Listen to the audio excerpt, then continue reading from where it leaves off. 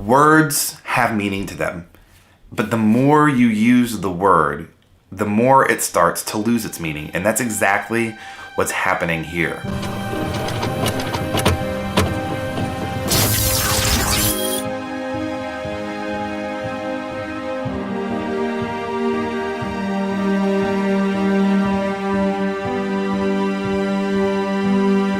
Hey everybody, today we have a really interesting topic.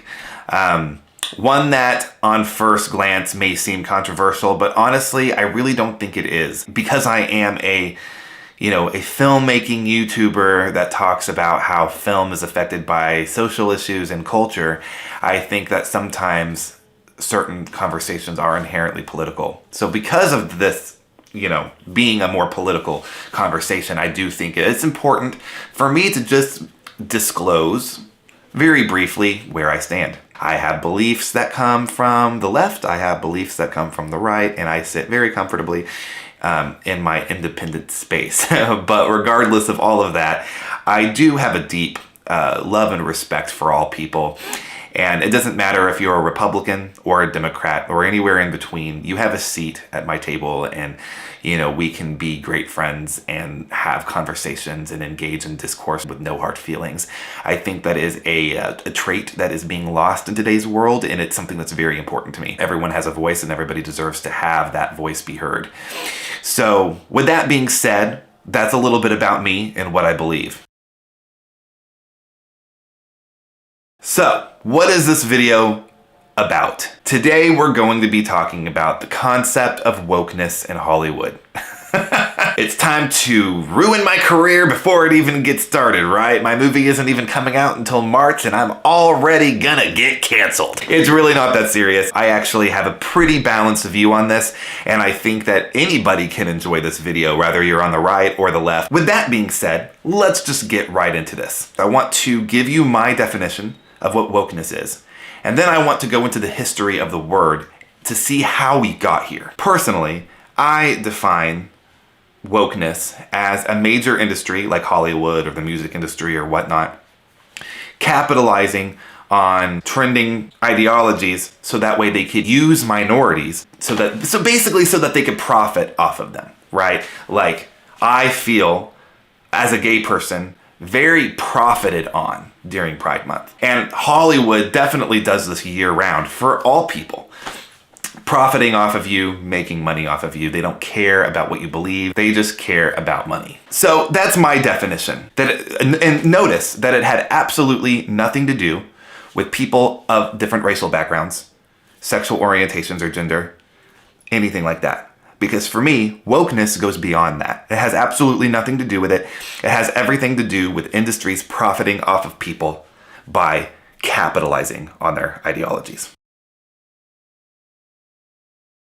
The term woke originates from AAVE, also known as African American Vernacular English. It was used to describe racial injustice and the awareness of those things, particularly from a cultural standpoint. By the 2010s, the word expanded its definition to include those that come from any civil rights group that, for example, feminism, LGBTQ plus rights. Well, it didn't take long from that point for, people on the right to kind of use it as a way to criticize the left. People on the right felt that they were being forced to use certain terms in order to be politically correct. It became more of like a freedom of speech issue and like an identity politics issue from the lens of someone on the right. The word started to be used so much to the point where it started to lose its meaning even more. And we're gonna get into that, actually.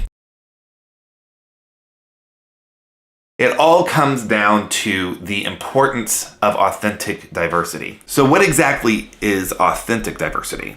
Well, to put it simply, it's diversity that is important to the story and its characters. Examples of films that use authentic diversity would be Get Out, Moonlight, Parasite, and even more recently, It Lives Inside, which is a film that I spoke very highly of on my YouTube channel in the past when I saw it last year. These are great examples of films that promote a sense of understanding someone else's walk of life and, helping you as the viewer walk through their shoes. It's not just a superficial addition to get someone in the seat. These are two very different things. The latter being inauthentic diversity, which is diversity for appearance sake, without meaningful integration into the plot or anything like that. It's just, let's make a movie because we can. How many things can we cram into this movie to show that we follow this particular ideology? It really takes away from the real issues that people from various communities face. Like, if you're just cramming a bunch of gay people into a movie for no reason,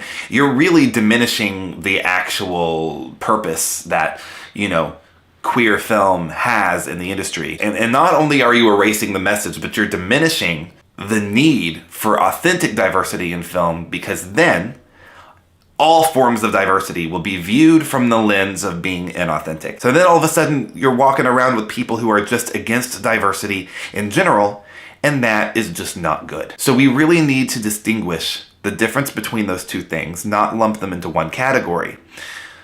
So that way we can focus on the films that really do have great stories to tell. And that's what the film industry is all about. You know what I mean? And it's great to see stories coming from people from different perspectives.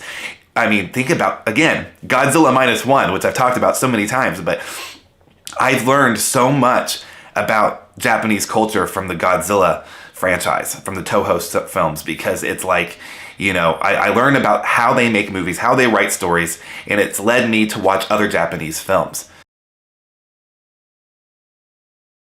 The word is being misused, and its misuse is therefore being overused, and that creates a whole slew of other problems. So if this is you, I'm talking to you, and I really hope you listen. Are you one of those people that just go around and saying like, oh, that's woke because there's a black person in it. Oh, that's woke because there's a gay person in it. That's woke because Godzilla's pink.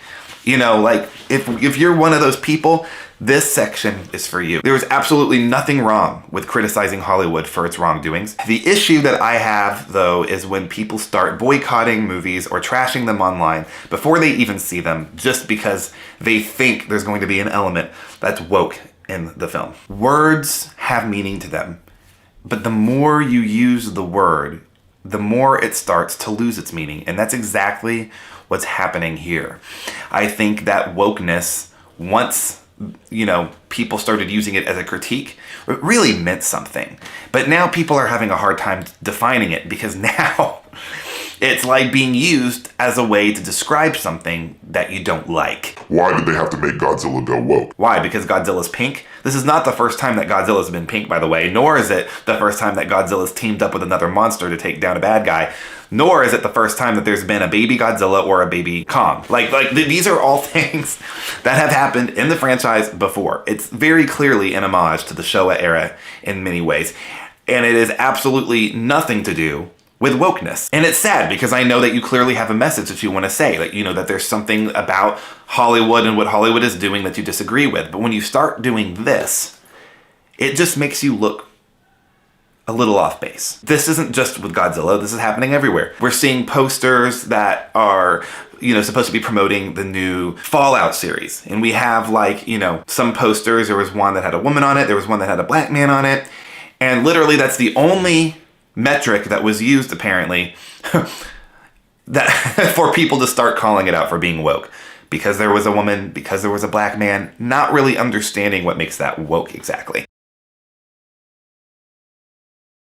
We need to be more consciously aware of the words we're using. And instead of using words and throwing out words like, this is woke, this is woke, this is woke, how about maybe we start actually focusing on what we're feeling about it? For example, instead of saying Godzilla is woke because it's pink, maybe it would be a smarter move to ask a question. Why is Godzilla pink? And then somebody could explain that it's an homage to this and this and that. You're judging something before you're seeing it when you just throw out these buzzwords. It's okay to, you know, disagree with the left. It's okay to disagree with the right. But if you're going to disagree, talk about it. Have conversations about it. You might learn something from each other when you have these conversations. That's the point. That's the heart of this entire video. We have words like wokeness. We have words like, you're a bigot. right? So now we have these two buzzwords that are going back and forth. You're either a bigot or you're woke. We need to normalize disagreeing. It's okay to disagree with each other. It's okay to disagree with each other about film. It's okay to disagree with each other about ideology. We don't all have to have the same mindset, because when we do, what's that called? A hive mind. It's 2024 now. Let's move on. If you want to criticize Hollywood, have a more intelligent way to do it. Talk about it. Express your frustrations. Thanks so much for watching, guys. I'm